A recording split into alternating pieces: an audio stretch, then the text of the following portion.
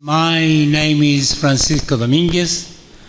I'm the member of the Committee of the Friends of Socialist China, but I'm also member of National Secretary of the Venezuela Solidarity Campaign. I thought it was censorship. And I'm involved in several Latin American campaigns.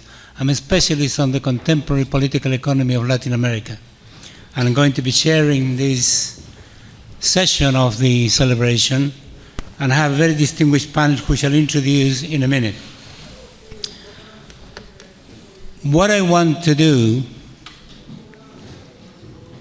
is to give a sort of panoramic. The title of the session is 80 Years Since the Defeat of Fascism, China as a Force for Peace and Multipolarity.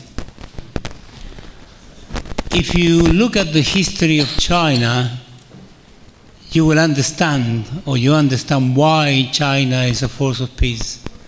What they went through, which I'll cover panoramically, will answer this particular point. And multipolarity, China is clearly a force for multipolarity, is an indication of China's desire to actually ensure that this global South plays a protagonic role in international affairs by making a better world, by taking them out of the situation of misery, oppression, and exploitation that imperialism subject them to. So I'll go to this panoramic. From the 19th century until 1949, China suffered the following calamities. 1894 to 1895, the first Sino-Japanese War. 1907 to 1911, revolution and fall of the Qing dynasty, which created a lot of problems and cruelty as well as violence. 1911 to 1913, the destructive role of the plague of warlords.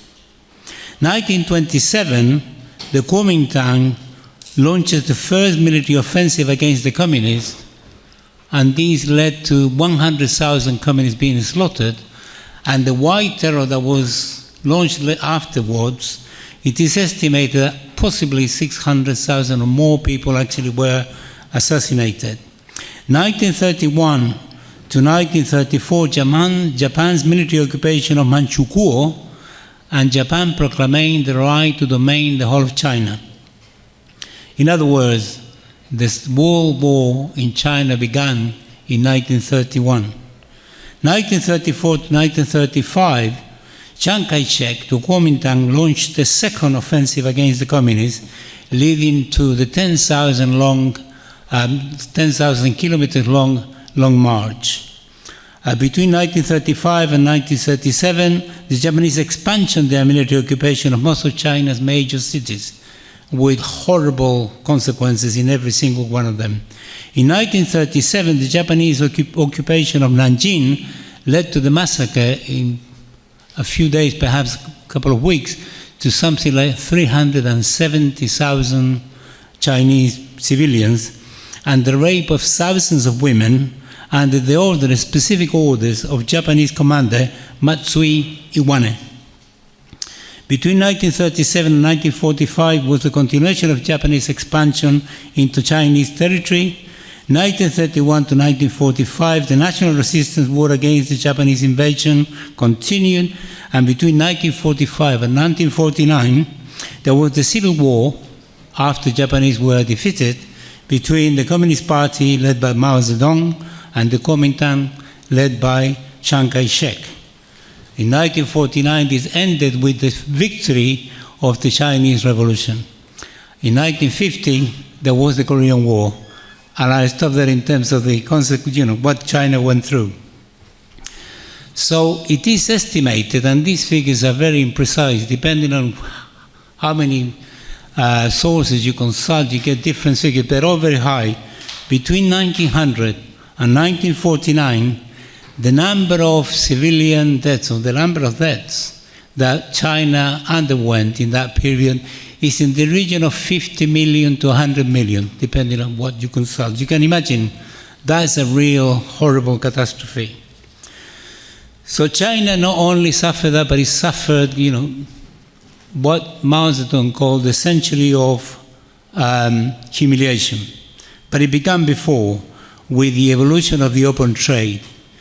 Just to give you an idea how fast and how rapidly the opium trade expanded into China, in 1729, China imported 200 chests, which is boxes of 60 kilograms of opium per year.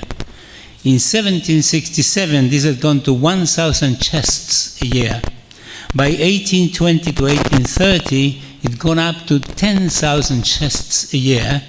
By 1838 onwards, it had gone up to 40,000 a year, and from 1858 onwards, it's gone up to 70,000 per year. So this was forced by military means, the addiction of millions and millions of Chinese to consume opium in order to improve the trade deficit of Great Britain. This was all organized around what is known as the unequal treaties. Just to give you a very short, sketchy version of them, there is the one in 1842 in Nanjing, which led to the cession, that is to say, China have to give up Hong Kong.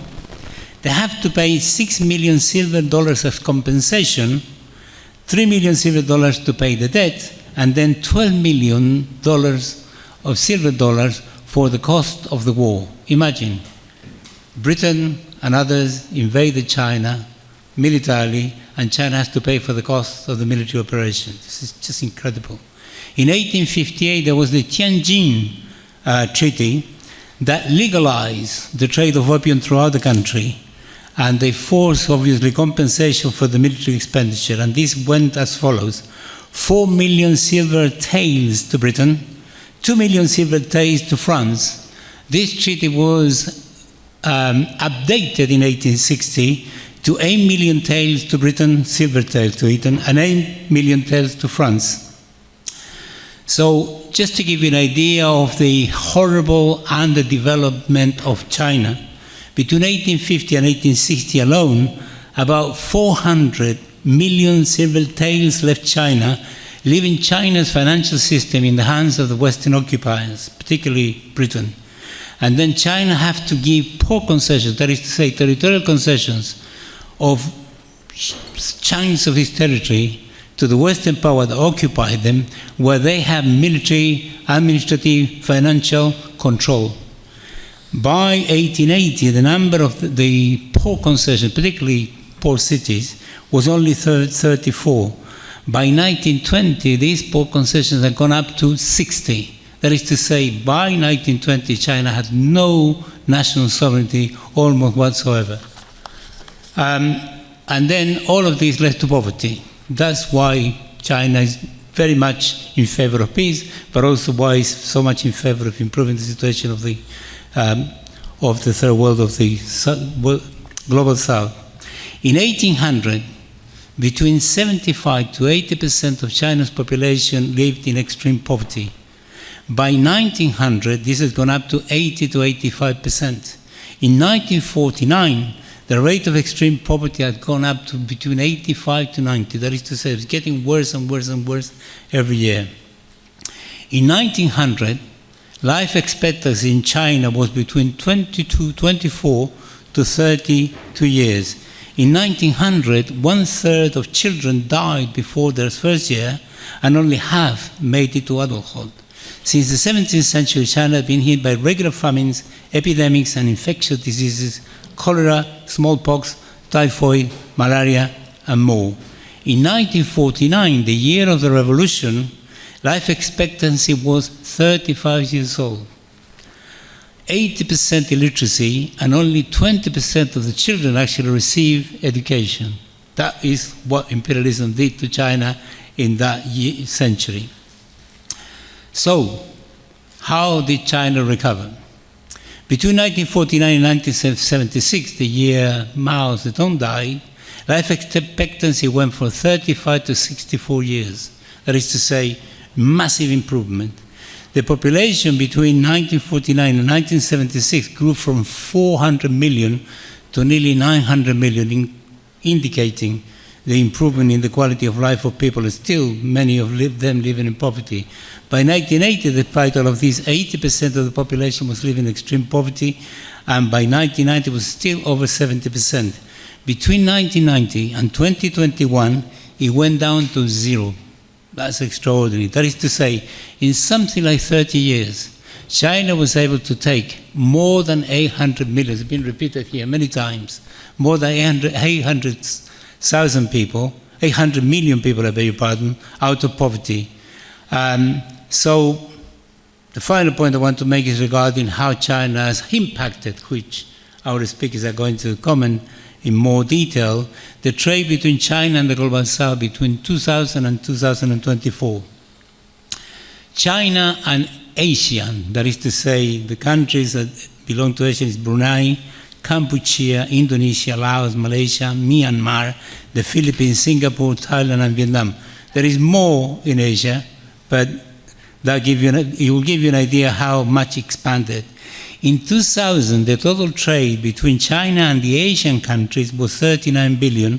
By 2024, it's gone up to 419 billion.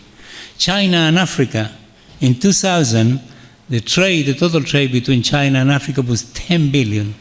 By 2024, it's gone up to 179 billion. And China and Latin America in 2000 was 14 billion, that is to say very little, and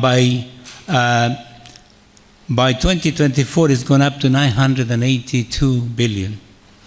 That is to say, these relations, that is to say, the relations between the developed China and the Global South have involved the following: credit, investment, technology, and market, which massively, and is still going on, massively improve the life of millions and millions of people in the Global South, which is the majority of humanity. This has also involved development of infrastructure works, motorways, ports, trains, all sorts of facilities and so on, technological transfer, development of renewables, digitalization, and a special mention deserves the creation of a green belt in Africa, in the Sahel, which is 15 kilometers wide and 775 kilometers long, which goes all the way from Djibouti all the way to Dakar, which is as a result of the experience of China's fight against anti-desertification in its own country,